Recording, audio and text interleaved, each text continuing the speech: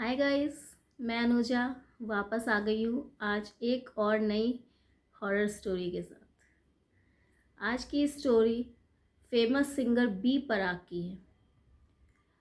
उन्होंने कुछ समय पहले ही एक इंटरव्यू में पॉडकास्ट में इन्होंने एक इंटरव्यू दी थी, उसमें शेयर किया था। तो ये बात तब की है जब बी पराग फेमस सिंगर नहीं हुआ करते थे। इनफैक्ट वो इस करियर में ही नहीं थे। तो वो उनके घूमने फिरने वाले दिन थे, अपने फ्रेंड्स के साथ काफ़ी मस्ती करते थे। घूमने फिरने का बहुत शौक़ था, इधर उधर फ्रेंड्स के साथ प्लान बना लेते थे और घूमने निकल जाते थे। तो उस बार भी ऐसा ही हुआ, उन लोगों ने घूमने का प्लान बनाया। तो उनके एक कज़न ने भी कहा कि इस बार मैं भी चलूँगा आपके साथ। चलो भाई ठीक है, चलते हैं। तो कहाँ जाना है? तो जाने का सोचते सोचते उन लोगों ने सोचा कि चलते हैं मनाली। मनाली के लिए निकल पड़े वो लोग। पहले चंडीगढ़ गए, चंडीगढ़ से उन लोगों ने बस की और बस से मनाली पहुंच गए। और वहाँ उन लोगों ने ऑलरेडी एक होटल बुक करके रखा था। तो होटल वगैरह ढूंढने की भी कोई परेशानी नहीं थी। होटल पहुंच के उन लोगों ने रेस्ट किया, थोड़ा फ्रेश हुए और उसके बाद निकल गए मनाली को एक्सप्लोर करने के लिए। इधर उधर उन लोगों ने काफ़ी घूमा, पूरा दिन निकल गया घूमते घूमते। इनफैक्ट रात हो गई और रात के करीब बज गए 1:30। वो लोग होटल वापस ही लौट रहे थे। तो थोड़ा जैसे पहाड़ों पे क्या होता है, ऊंचा नीचा, कुछ स्लोप पे होते हैं, कुछ ऊपर होते हैं, ऐसे होटल्स वगैरह होते हैं। तो वो लोग पैदल चल कर ही जा रहे थे अपने होटल की तरफ। उनके कुछ फ्रेंड्स ने कहा, जैसे 2 फ्रेंड्स थे, उनको चाय पीने की बहुत तलब हुई।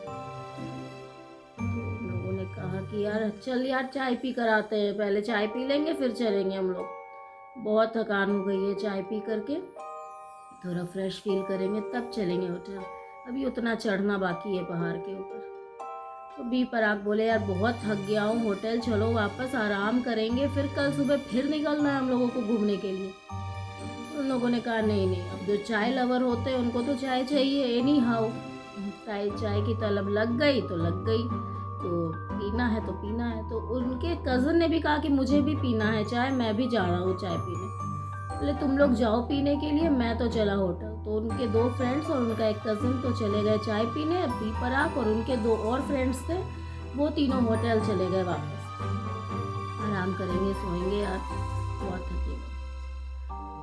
तो इधर उनके दोनों फ्रेंड्स और कज़न एक ढाबे पर गए चाय पीने के लिए। एक बूढ़ा आदमी वहाँ पे चाय बना रहा था। तो इन लोगों ने अपना ऑर्डर दिया चाय का और जाकर एक बेंच खाली था वहाँ पर बैठ गए। तो जैसे दोनों फ्रेंड्स थे, उनके बगल में उनका कज़न था। तो कज़न के साइड में कज़न ने उसे ऐसा फील हुआ कि उसके बगल में शायद कोई है। तो उसने देखा कि एक बूढ़ा आदमी वहाँ पे बैठा हुआ है उसके बगल में। तो ऐसा क्या हुआ, वो कज़न अचानक से उस बूढ़े आदमी से खूब बातें करने लगा। मतलब इधर उधर की बातें। वो बूढ़ा आदमी भी पूछ रहा है तुम लोग कहाँ से हो, वो भी बता रहा है कि नहीं हम यहाँ से नहीं हैं, हम तो बाहर से घूमने आए हैं। बूढ़ा आदमी पूछ रहा है क्या करते हो तुम लोग। मतलब काफ़ी बातें दोनों की हो रही है। तो 2 फ्रेंड्स जो थे, वो जो उस साइड बैठे हुए थे, उन लोगों वो भी आपस में बात करने में बिजी थे। तो उनको अचानक रियलाइज़ हुआ कि यार ये किससे बात कर रहा है। तो ये देखता है कि तो एक बूढ़े आदमी से बात कर रहा है। तो हैरानी तो तब हुई इन लोगों को जब इन लोगों ने उस बूढ़े आदमी का चेहरा देखा। उस बूढ़े आदमी का चेहरा ऐसा था कि कोई भी मतलब नॉर्मल इंसान बात तो नहीं करना चाहेगा, क्योंकि वो देख करके इतना डर जाएगा। चेहरा एकदम कटा फटा हुआ सा, बिगड़ा हुआ सा, ऐसा लगता था जैसे कि कोई किसी को बहुत स्किन की एलर्जी टाइप की कुछ हो जाती है, स्किन इन्फेक्शन हो जाता है, उस तरह से बिल्कुल चेहरा कटा जला, कहीं पे खून, कहीं पे कुछ ऐसे। तो इन लोगों को हैरानी हुई कि यार ये कैसे इससे इतना घुल मिल करके बात कर रहा है, हमसे तो देखा भी नहीं चाह रहा है चेहरा। तो इन लोगों को शक हुआ। दोनों फ्रेंड्स ने उनके कज़न को बोला कि यार चल चल यार यहाँ से, क्या तू बातें करने में लगा हुआ है इसके साथ। उस बूढ़े आदमी ने इन दोनों को भी देखा ये अपनी नज़र से। तो ये तो डर गए, कज़न को उठाया कि चलो चलो चलो यहाँ से चलो। चलो उन लोगों को नॉर्मल नहीं लग रहा था ये चीज़, तो वो उठने का नाम नहीं ले रहा था, ऐसा लग रहा था जैसे कि वो उसके वश में आ गया। बट फिर भी किसी तरह झकझोर करके उन लोगों ने उसको उठाया, उठा करके ले जाकर आगे बढ़ ही रहे थे कि कज़न थोड़ी देर में अचानक उसको ऐसा फील हुआ कि उसका बॉडी ऐंठ रहा है, उसके हाथ पैर शरीर सब कुछ ऐंठ रहा है और ऐंठते ऐंठते वो ज़मीन पर गिर गया। इन लोगों को लगा यार क्या हो गया इसे, फिर उठाने की कोशिश की, फिर वो गिर जा रहा था, बिल्कुल बॉडी मतलब एकदम स्ट्रिक्ट अच्छे से नहीं थी, पूरा ऐंठ कर कभी ऐसे कभी वैसे, हाथ पैर चेहरा सब उसका घूम रहा था अजीब सा। इन लोगों को शक हो गया कि कुछ तो ज़रूर गड़बड़ हुआ है। उठाया उसको फटाफट, जल्दी जल्दी चल जल्दी जल्दी चल। फिर ले जा करके होटल में कॉल बेल बजाया अपने रूम का, और उनका रूम ऐसा था ना कि एक बड़ा सा मतलब रूम जैसा सूट जैसा होता है ना, जिसमें एक रूम में 2-3 बेड हुए, एक रूम में एक बेड, ऐसा करके उनका रूम था।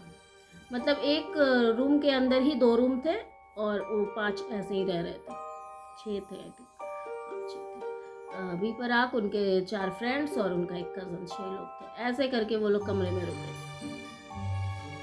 तो जैसे ही कॉल बेल बजाया तो उसका फ्रेंड आकर के दरवाज़ा खोलता है, दूसरा फ्रेंड जो अंदर सो रहा था, बी पराग एक कमरे में सो रहे थे सिंगल। तो जैसे ही दरवाज़ा खोला तो बी पराग को नींद में थे वो, उनको ऐसा फील हुआ कि अचानक से कोई तो बुरी एनर्जी रूम के अंदर आ गई। जैसे ही ये लोग अंदर घुसे तो डर के मारे उठकर बैठ गए, ये तुम कौन आ गया, कौन आया, कौन है, कौन है? बोले नहीं हम लोग हैं, हम लोग हैं। फिर उन लोगों ने, उनके दोनों फ्रेंड्स ने और कज़न ने सारी कहानी बताई कि बाहर में क्या क्या हुआ, अभी कैसे एक बूढ़ा मिला और इनके कज़न को अपने वश में कर लिया था और इसका फिर तबीयत ख़राब हो गई थी, इसके हाथ पैर पूरे ऐंठ गए थे, तो इसको हम लोगों ने कैसे कैसे करके यहाँ तक लाया है। तो बी पराग ने कहा इसलिए मना करता हूँ रात के समय में इधर उधर तुम लोग, चलो कोई बात नहीं अब सोने चले जाओ।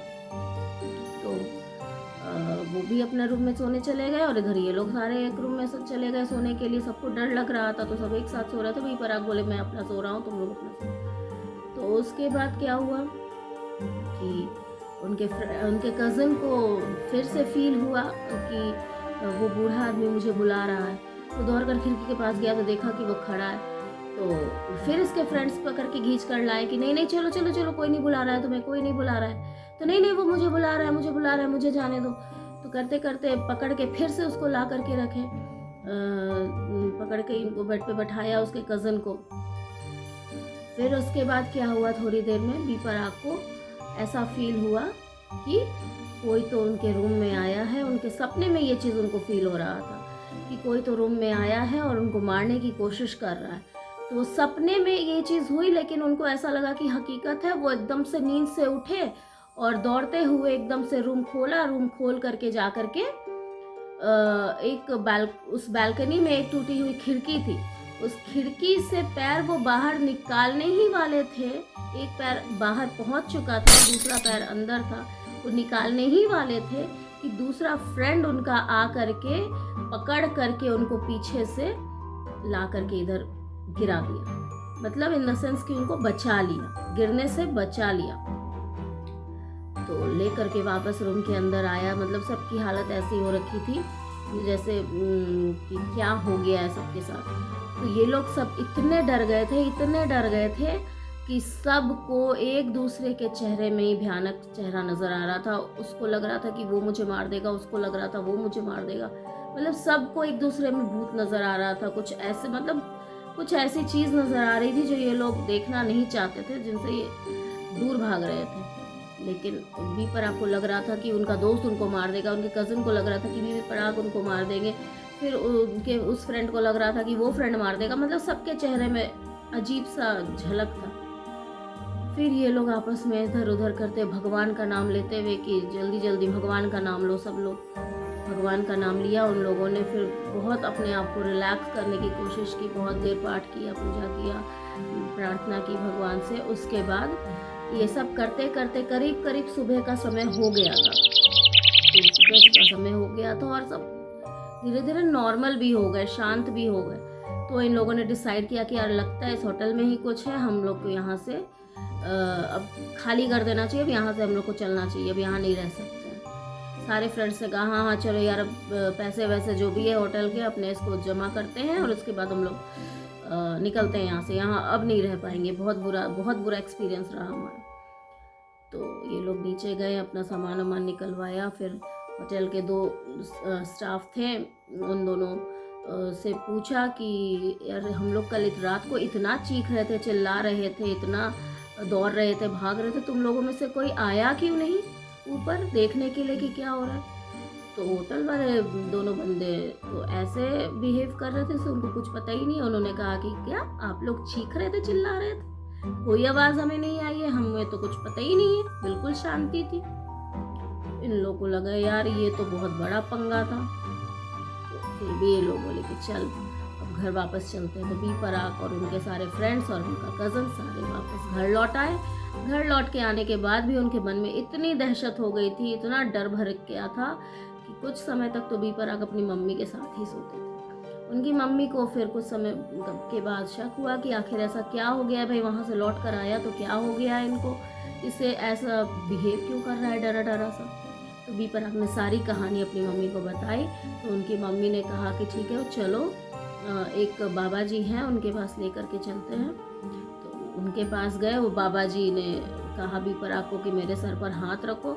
जैसे ही बी पराग ने उनके सर पर हाथ रखा अपना, तो एकदम से बाबा जी का चेहरा लाल सा हो गया। मतलब उनको कुछ रियलाइज़ हुआ, कुछ फील हुआ कि हाँ कुछ तो गड़बड़ है इसके साथ। उन्होंने कहा कहीं गए थे तुम लोग? हाँ हम लोग अभी मनाली गए थे, वहाँ पे हमारे साथ ऐसा, लेकिन बहुत बड़ी निगेटिविटी थी वहाँ जिससे तुम लोग बचकर आए हो। अगर कुछ समय और वहाँ रह जाते तो फिर पता नहीं क्या हो जाता। तो फिर वो उन्होंने उपाय बताया, कुछ उपाय किया, कुछ समय बीता, तब जा कर के इन लोगों को थोड़ा सा रिलैक्समेंट हुआ, थोड़ा सा सुकून मिला, इन चीज़ों को भूलने में मदद हुई। आज भी वो समय है जब बी पराग याद करते हैं और बोलते हैं कि हमारा एक छलावा से पाला पड़ा था, जिसके कारण कितने समय तक हम लोग डर के माहौल में रहते थे। तो ये थी आज उनकी स्टोरी। तो होपफुली आपको अच्छी लगी होगी। तो मिलती हूँ नेक्स्ट स्टोरी के साथ। Bye bye.